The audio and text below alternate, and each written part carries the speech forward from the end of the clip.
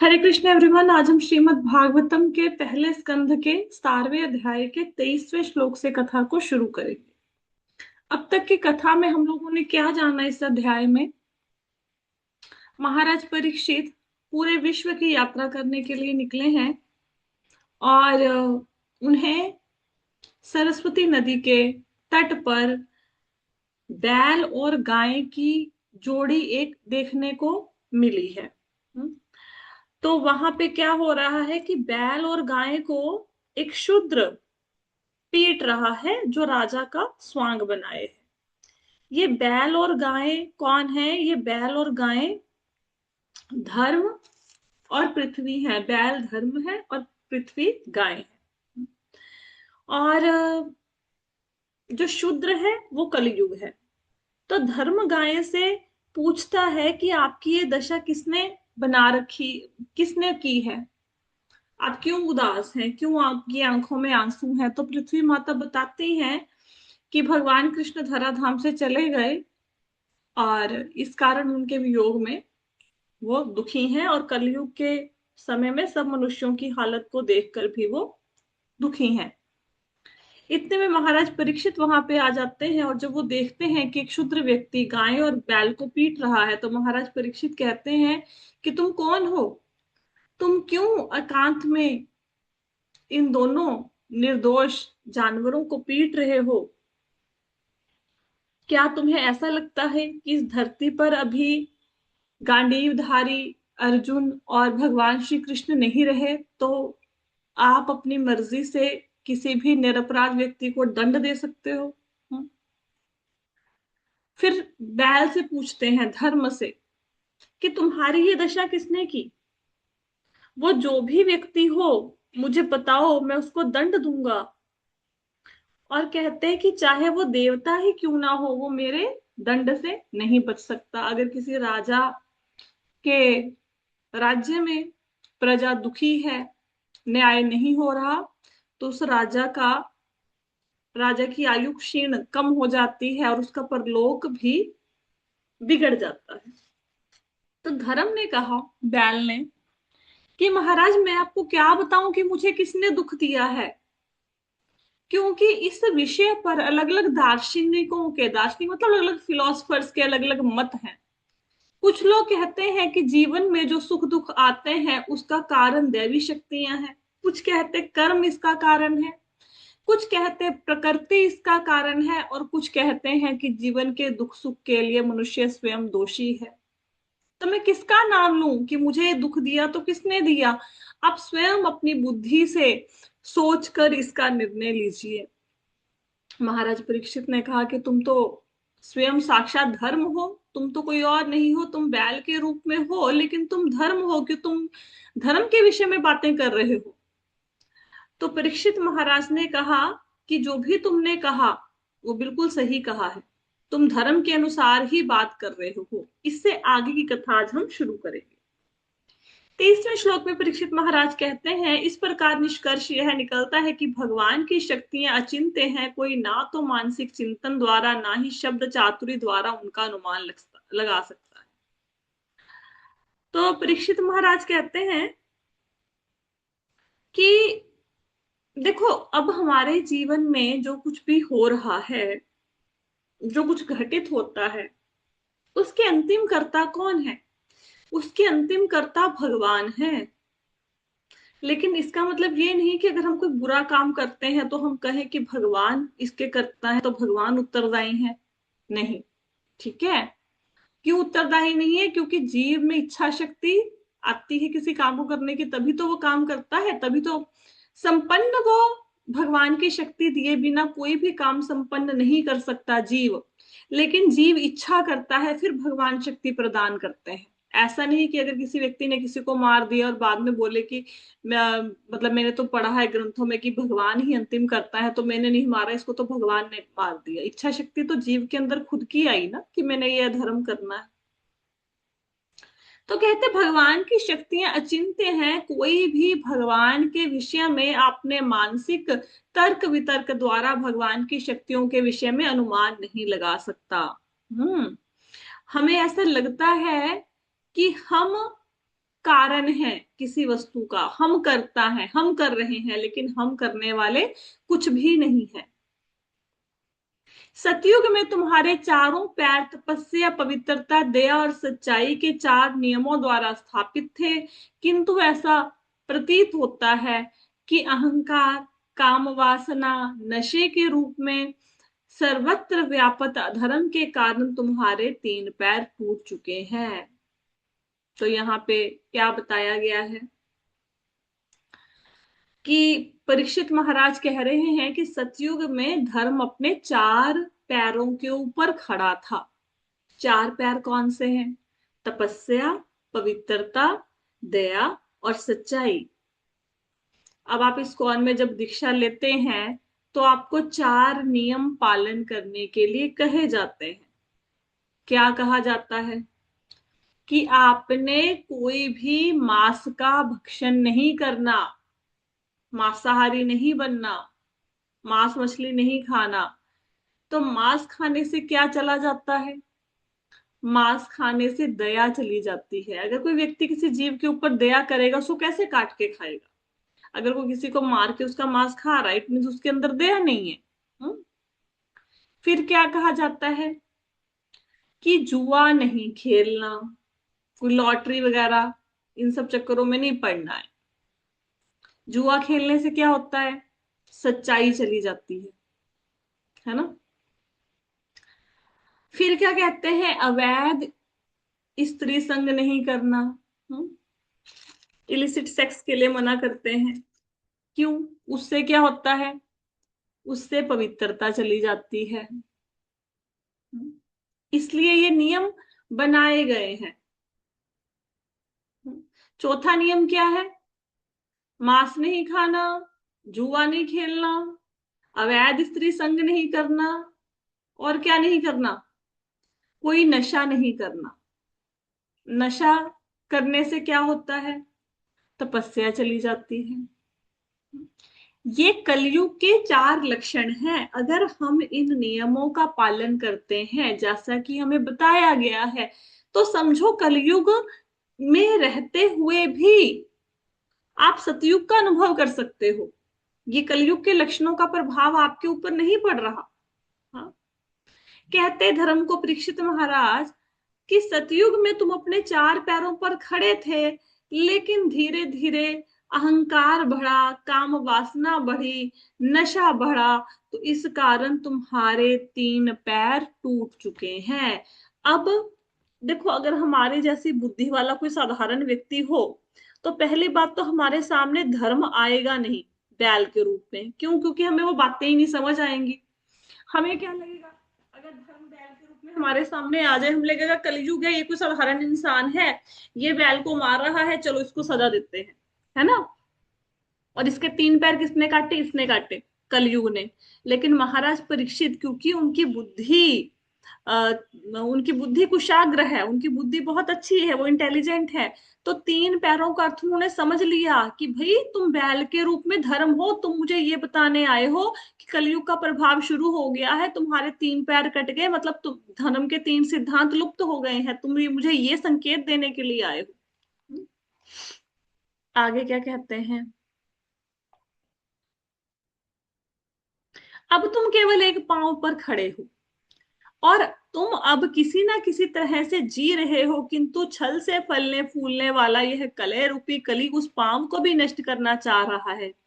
अब जो शूद्र पीट रहा था बैल को, उसका अर्थ क्या है कि कलयुग में धर्म सिर्फ अपने एक पैर पर खड़ा है, लेकिन कलयुग उस एक पैर को भी नष्ट कर देना चाहता है, ताकि धर्म के सारे पैर गायब हो जाएं, दुनिया से धर्म पूरी तरह से नष्ट हो जाए और कलयुग अपना प्रभाव फैला पाए। और धर्म का कौन सा पैर बचा हुआ है कलयुग में? सत्य लिखा हुआ है ना। अब तुम केवल एक पांव पर खड़े हो, जो तुम्हारा सत्य है। तो कलयुग में सिर्फ सत्य ही धर्म का एक पैर है जो कि बचा हुआ है। लेकिन सत्य कैसे खत्म होता है? अभी मैंने आपको बताया, जो ये जुआ है, लॉटरी की आदत है, ये सारी सत्य को खत्म कर देती है। तो ये वाला पैर भी अभी धर्म का धीरे धीरे नष्ट हो रहा है। निश्चय ही पृथ्वी का बोझ भगवान द्वारा अन्यों द्वारा भी कम तथा अन्यों द्वारा भी कम किया गया था मानते तो उनके शुभ पद चिन्हों द्वारा समस्त कल्याण संपन्न होता था। तो पृथ्वी पर बोझ क्यों बढ़ जाता है? जब धर्मी लोग हो जाते हैं। जब धर्म कम होना शुरू हो जाता है, धर्म का नाश होना शुरू हो जाता है, धर्म बढ़ जाता है, तो पृथ्वी माता के ऊपर बोझ बढ़ जाता है। तो धर्म, ये कौन बोझ पृथ्वी माता का कम करते हैं? भगवान और भगवान के अवतार। भगवान अपने अवतारों के द्वारा इस बोझ को कम करते हैं, हाँ, खत्म कर देते हैं। तो कहते हैं जब भगवान यहाँ पे विद्यमान थे तो धरती माता के ऊपर भगवान के चरण कमल पड़ते थे, जिससे सबका कल्याण होता था। अब यह सती दुर्भाग्यवश भगवान द्वारा परित्यक्त होने के कारण अपने नेत्रों में आंसू भरकर अपने भविष्य भाग्य के लिए रो रही है, क्योंकि अब वह शासक के जैसा स्वांग करने वाले निम्न जाति के पुरुषों द्वारा शासित और भोग्य है। तो कहते कि कलयुग में जो शासक है वो कौन है? शूद्र है। शूद्र, जिनको धर्म के नियमों का कुछ ज्ञान नहीं है, वो राजा बन के बैठ गए हैं। तो जब राजा शूद्र बन जाएगा, जब नेता लोग शूद्रों का शूद्रों से भी निम्न हो जाएंगे, हम्म तो जो धरती माता है वो अपनी संतानों को देखकर कष्ट के कारण आंखों में आंसू बहाकर रोती है कि भविष्य में इन लोगों का क्या होगा। धरती माता, जब आप 12वां स्कंद पढ़ेंगे श्रीमद् भागवतम का, वहां पे धरती माता कहती है कि देखो कितने सारे वीर योद्धा आके चले गए और मेरे एक भाग के लिए, मेरे एक छोटे से टुकड़े के लिए लड़ाइयां होती गई कि ये मेरा है, ये मेरा है, ये मेरा है। लेकिन सारे लोग एक एक करके काल के ग्रास में चले जाते हैं, सबकी मृत्यु हो जाती है। किसी को नहीं याद ये धरती किसकी थी पहले और अब ये धरती किसकी है। लोग धरती पर अपना अधिकार जमाते हैं, लेकिन अधिकार जमाने वालों की मृत्यु हो जाती है। हम्म तो हम लोग पूरा जीवन धरती के टुकड़ों को अपना मानते रहते हैं, उसके लिए कितने झगड़े होते हैं, भाई भाई में क्लेश पड़ता है, ताए चाचों में झगड़े हो जाते हैं भूमि के टुकड़े के लिए। लेकिन आप ये सोचो, जिस धरती पर आज हम रह रहे हैं, आज से 1000 साल पहले, 500 साल पहले, 100 साल पहले ये धरती किसकी थी हमें भी नहीं पता। तो ये मूर्खता है इसके ऊपर अपना अधिकार जमाना और उसके लिए लड़ाई झगड़ा करना। धरती माता कहती लोग तो आके चले जाते हैं, राजाओं के नाम तक याद नहीं है, बड़े बड़े जो राजा थे लोगों को।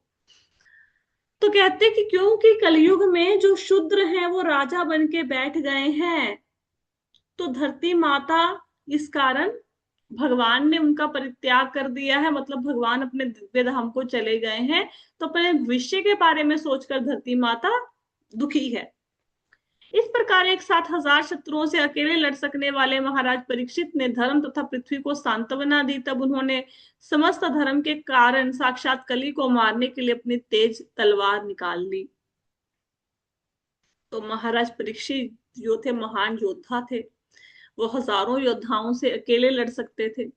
तो जैसे ही उन्होंने देखा कि पृथ्वी माता और धर्म ये दोनों संकट में हैं, तो उन्होंने अधर्म को अर्थात कलयुग को मारने के लिए अपनी तलवार निकाल ली और पृथ्वी और धर्म, बैल और गाय दोनों का आश्वासन दिया कि मैं तुम्हारी रक्षा करूंगा।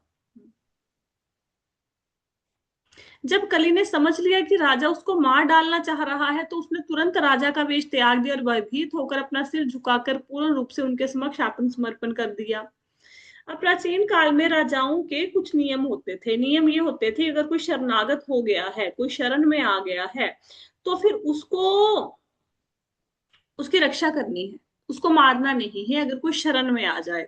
तो कलयुग को पता था कि परीक्षित महाराज क्षत्रिय हैं और ये धर्म के नियमों का पालन करने वाले हैं। तो कलयुग को सोचा कि अब मैं इनसे झगड़ा करूंगा, अगर मैं लड़ाई करूंगा इनसे तो मैं युद्ध में हार जाऊंगा, ये मुझे मार डालेंगे।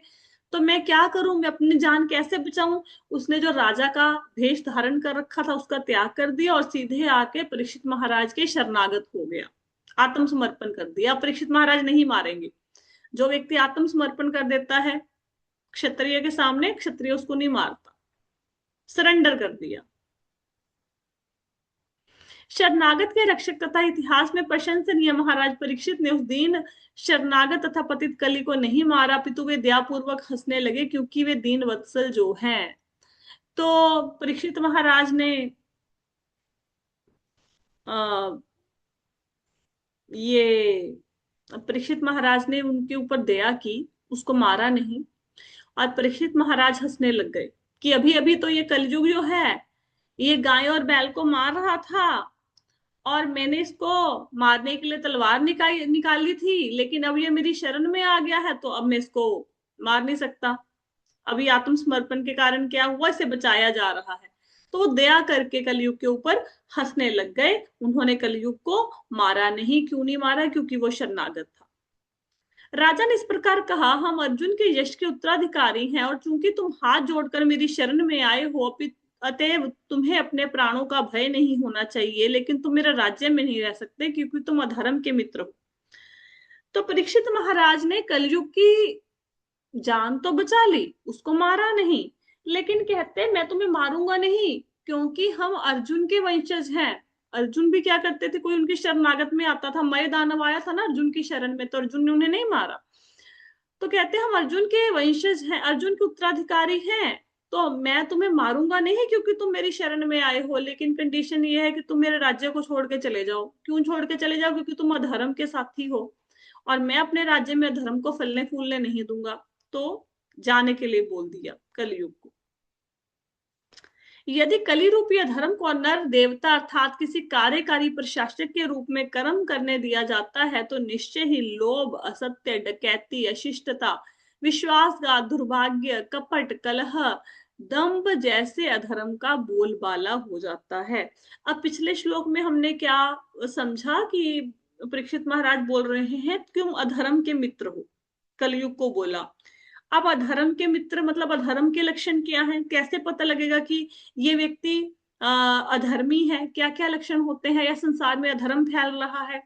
अधर्म होता है जब लोभ बढ़ जाए लोगों में, लोग असत्य भाषण बोलने लगे, मतलब झूठ बोलने लगे, डकैती करने लगे, अच्छा व्यवहार ना करें, एक दूसरे को धोखा दें, दुर्भाग्य हो जाए, सौभाग्य सबका छिन जाए, कपट हो, कलह हो, दंभ हो, तो समझो अधर्म का बोलबाला हो गया। तो अगर कलयुग को शासक बना दिया जाता है, अगर कलयुग राजा बन जाता है, तो जो अधर्म है, अधर्म के कारण लोगों में ये सारे जो अवगुण है ये आ जाएंगे। तो कलयुग को यहां से जाने के लिए बोल दिया परीक्षित महाराज ने। अतएव हे अधर्म के मित्र, तुम ऐसे स्थान में रहने के योग्य नहीं हो जहां पर बड़े बड़े पंडित पूर्ण पुरुषोत्तम भगवान को प्रसन्न करने के लिए सत्य और धार्मिक नियमों के अनुसार यज्ञ करते हैं। तो यहाँ पे बताया गया है कि तुम मेरे राज्य में नहीं रह सकते। क्यों नहीं रह सकते? क्योंकि यहाँ पर जो पंडित लोग हैं, विद्वान लोग हैं, ऋषिगण हैं, वो क्या करते हैं, भगवान श्री कृष्ण की प्रसन्नता के लिए, भगवान विष्णु की प्रसन्नता के लिए यज्ञ करते हैं। तुम यहाँ पे रहोगे, तुम अधर्म के मित्र हो, तुम साधु संतों को परेशान करोगे, ब्राह्मणों को परेशान करोगे, इसलिए तुम यहाँ से चले जाओ। समस्त यज्ञोत्सव में यद्यपि कभी कभी कोई देवता की पूजा की जाती है, लेकिन पूर्ण पुरुषोत्तम भगवान को इसलिए पूजा जाता है क्योंकि वे प्रत्येक के अंतरात्मा है और वायु के समान बाहर और भीतर विद्यमान रहते हैं। इस तरह केवल वे ही हैं जो पूजा करने वाले का समग्र कल्याण करते हैं। इस श्लोक का मतलब क्या है? इसका अर्थ ये है कि बार दुनिया में लोग ना देवी देवताओं की पूजा करते हैं, इंद्र की, चंद्र की, वरुण की, ब्रह्मदेव की, किसी भी देवी देवता की। अब उनको ये लगता है कि मैंने इस देवी देवता की पूजा करी, अब ये मुझे खुश होकर मेरी पूजा का फल दे रहा है। एक्चुअल में होता क्या है? एक्चुअल में फल वो देवता नहीं देता, देवता में इतनी पावर ही नहीं है कि किसी को उसकी पूजा का फल दे दे। वास्तविक फल श्री भगवान के द्वारा, भगवान श्री कृष्ण के द्वारा पूजा करने वालों को प्रदान किया जाता है। उनकी आज्ञा के बिना देवी देवता किसी व्यक्ति को कुछ नहीं दे सकते। भगवान उनको पावर देते हैं देवी देवताओं के कि आप किसी को वरदान दे सकते हो, अदरवाइज देवताओं में खुद में इतनी शक्ति नहीं है। तो इस प्रकार लोग करते तो है पूजा भगवान की, लेकिन इनडायरेक्टली करते हैं। डायरेक्ट पूजा नहीं करते। जो देवी देवताओं की पूजा करते हैं वो पूजा एक्चुअल में भगवान की करते हैं, लेकिन गलत तरीके से करते हैं, त्रुटिपूर्ण ढंग से करते हैं। इससे अच्छा होगा कि अगर उनको पता लग जाए लोगों को कि सारी चीजें भगवान भगवान श्री विष्णु ही हमें प्रदान कर रहे हैं, तो सीधे सीधे उनकी पूजा करें। तो गलत तरीके से भक्ति करते हैं। ठीक है। श्री सूत गोस्वामी ने कहा, इस प्रकार महाराज परीक्षित द्वारा आदेश दिए जाने पर कली भय के मारे थरथराने लगा। राजा को अपने समक्ष यमराज के समान मारने के लिए उद्यत देखकर कली ने राजा से इस प्रकार कहा। अब राजा को देखा कलयुग ने अपने सामने, कलयुग डर गया, कांपने लग गया, और उसको लगा कि राजा मुझे मार ना दे कहीं। तो उसने बोला, राजा को एक याचना की। क्या याचना की? हे राजा, मैं आपकी आज्ञा से चाहे जहां भी रहूं, जहां भी देखूं, वहां केवल आपको ही धनुष बाण लिए देखूंगा। अतएव हे धर्म रक्षकों में श्रेष्ठ, कृपा करके मेरे लिए कोई स्थान निश्चित कर दें, यहां मैं आपके शासन काल के संरक्षण में स्थायी रूप से रह सकूं। अब कलयुग राजा के शरणागत है। अब शरणागत को सुरक्षा देनी है राजा ने, तो कलयुग को भी सुरक्षा देनी पड़ेगी। लेकिन कलयुग कहता कि महाराज मैं आपके राज्य में कहीं भी रहूं, क्योंकि परीक्षित महाराज क्या है? चक्रवर्ती सम्राट। चक्रवर्ती सम्राट का मतलब है पूरी पृथ्वी के राजा हैं। तो कलयुग कहता मैं पृथ्वी के किसी भी कोने पे रहूं, मुझे ऐसा लगेगा कि आप बाण लेके मुझे मारने के लिए आ रहे हो। तो आप अपनी मर्जी से मुझे बता दो कि मैं कहाँ पे रहूं, जहां पे आप मुझे बोलोगे मैं वहीं पे जाके रह लूंगा। मुझे कोई स्थान दे दो रहने के लिए, क्योंकि मैं आपके शरणागत हूँ। शरणागत तो स्थान स्थान तो देना पड़ेगा, सुरक्षा देनी पड़ेगी शरणागत को। सूत गोस्वामी ने कहा, कलयुग द्वारा इस प्रकार याचना किए जाने पर परीक्षित महाराज ने उसे ऐसे स्थानों में रहने की अनुमति दे दी जहां जुआ खेलना, शराब पीना, वेश्यावृत्ति और पशुवध होते हैं। तो यहाँ सूत गोस्वामी कहते हैं कि कलयुग ने जब परीक्षित महाराज से ऐसे याचना की, ऐसे प्रार्थना करी, तो उन्होंने उन्हें 4 स्थान दे दिए। 4 जगह कलयुग रह सकता है। कहाँ?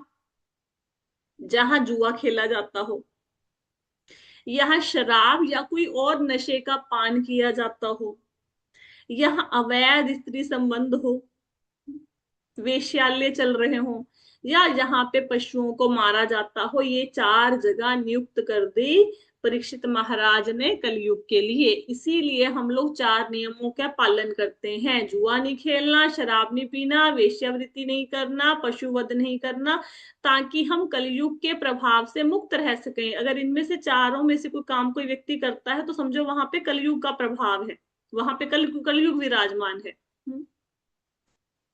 तो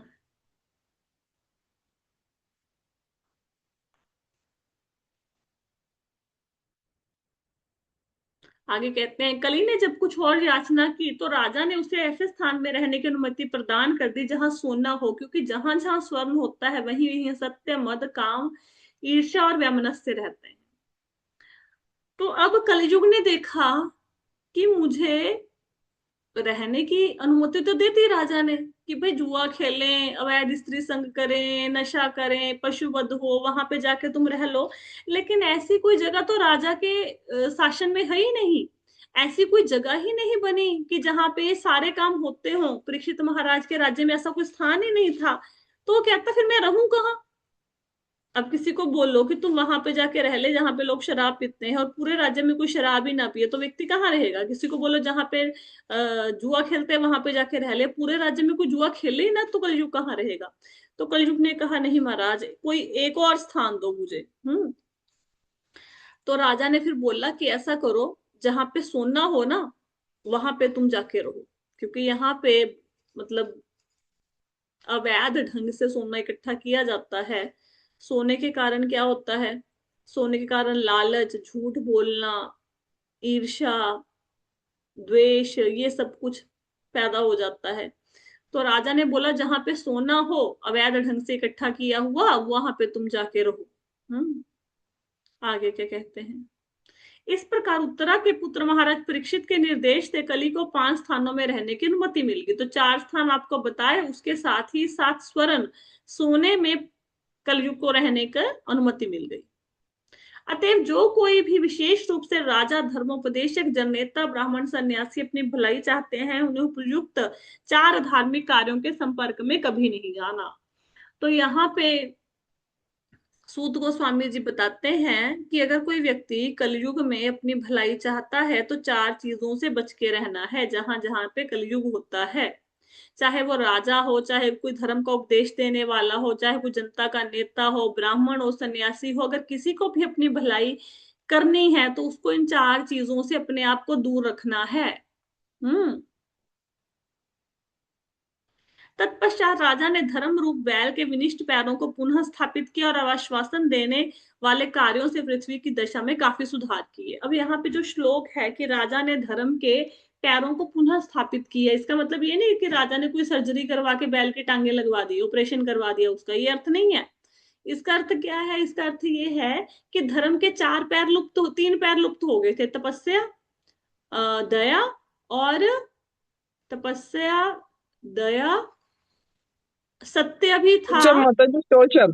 शौच, शौच, शौच, है ना, ये स्वच्छता, स्वच्छता, ये गायब हो गए थे।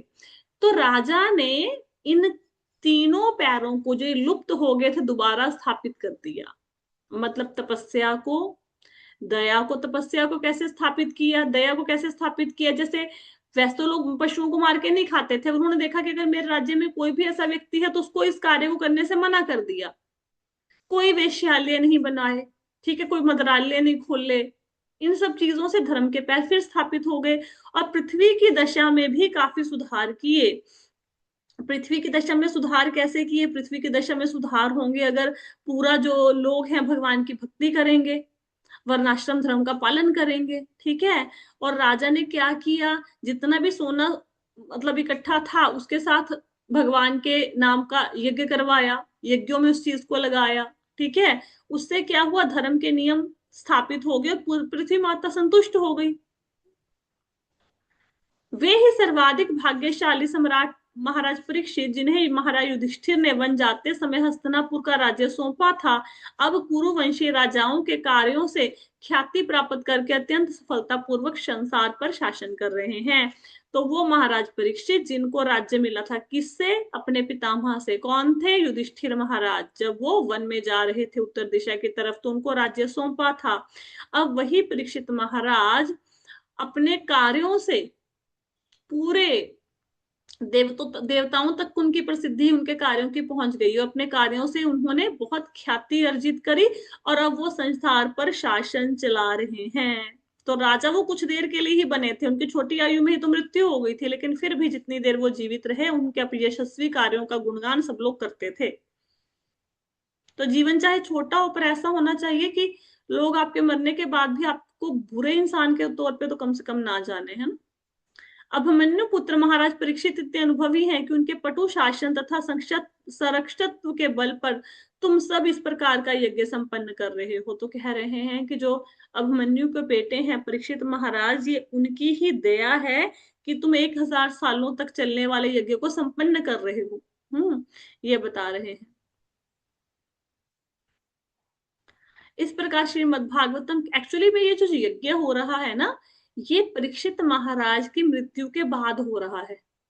उनकी मृत्यु हो चुकी है, लेकिन यहाँ पे ऐसा क्यों लिखा है कि भाई तुम इस प्रकार का यज्ञ संपन्न कर रहे हो परीक्षित महाराज के कारण? क्योंकि परीक्षित महाराज के जाने के बाद भी जो उन्होंने राज्य की स्थापना की थी, उनके पुत्रों ने बहुत अच्छे से उस राज्य को चलाया, जन्मेजय ने। तो उन सब लोगों की दया थी कि राजा सॉरी ये ऋषि मुनि वो यज्ञ कर रहे थे तो राजा सपोर्ट करते थे ऐसे यज्ञों को। अगर राजा बोले कि मेरे शासनकाल में कोई यज्ञ नहीं होना चाहिए तो यज्ञ नहीं होगा। कंस ने ऐसा ही किया, रावण ने ऐसा ही किया, है ना। तो ये परीक्षित महाराज की दया थी कि सारे ऋषि मुनि 88,000 ऋषि मुनि एक स्थान पर बैठ के 1000 सालों के लिए यज्ञ कर रहे थे। इस प्रकार श्रीमद् भागवत के प्रथम स्कंद के अंतर्गत कली को दंड तथा पुरस्कार नामक 17वें अध्याय के भक्ति वेदांत तात्पर्य पूर्ण हुए। तो इस प्रकार हमारा ये 17वां अध्याय, 17वां अध्याय यहाँ पे समाप्त होता है। इस पूरे अध्याय में सबसे एक बेस्ट जो इनटेक है, आप क्या ले सकते हो? जैसे धर्म ने अपने जो भी उसके साथ बुरा हो रहा था, उसके पैर कट गए, उसके लिए किसी को दोषी नहीं माना, उसने बोला सब कुछ भगवान की मर्जी से ही होता है, किसी को उसने दोष नहीं दिया। इसी प्रकार हमारे जीवन में भी जो अच्छा बुरा हो रहा है, हमें उसके लिए किसी दूसरे को दोषी नहीं मानना चाहिए। ये अपने ही कर्मों का फल है जो हम सुख दुख भोगते हैं। ठीक है। तो हम ऐसा कहें कि मैं इसलिए परेशान हूं क्योंकि हमारे घर में कुछ लोग ऐसे हैं, मैं उनसे परेशान हूँ, मेरे ऑफिस में कुछ लोग ऐसे हैं जो मुझे परेशान करते हैं। कोई किसी को परेशान नहीं करता, वास्तविक करता तो भगवान होते हैं। उसको संपन्न करने वाला कोई और व्यक्ति होता है। वास्तव में हमारे जीवन में दुख आना ही था, जो आपको दुख दे रहा है वो निमित्त मात्र है। जैसे डाकिया है, डाकिया किसी की मृत्यु का खबर लेके आपके पास आ गया, तो क्या डाकिया मृत्यु के लिए जिम्मेवार है? ना, वो तो सिर्फ संदेश पहुंचाने वाला है। तो हमारे कर्मों का फल हमें भुगतवाने के लिए लोग हमारे जीवन में हमें कष्ट देते हैं।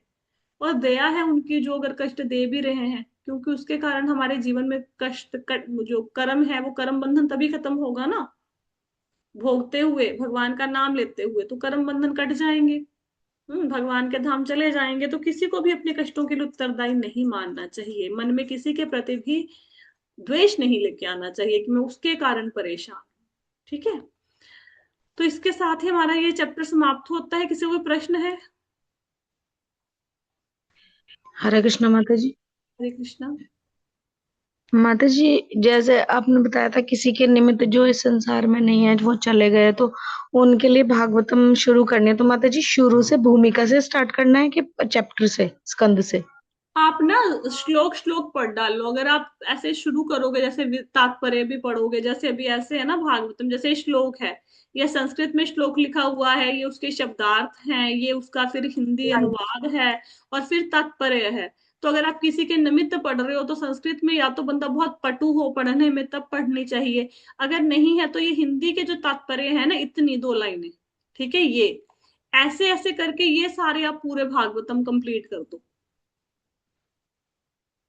18,000 जी श्लोक माता हिंदी में पढ़ डालिए। ठीक है। और फिर उनके निमित्त समर्पित कर दीजिए। और किसी का कोई प्रश्न है? गीता पढ़ सकते हैं, गीता का भी, गीता पढ़ के उसका फल भी उनके निमित्त समर्पित कर सकते हैं। और जी। कोई जी प्रश्न? माता जी। राइट। तो और कोई प्रश्न नहीं है तो इस कथा को हम यहाँ पे विश्राम देते हैं। श्रीमद् भागवतम की जय, श्रील प्रभुपाद की जय। हरे कृष्ण।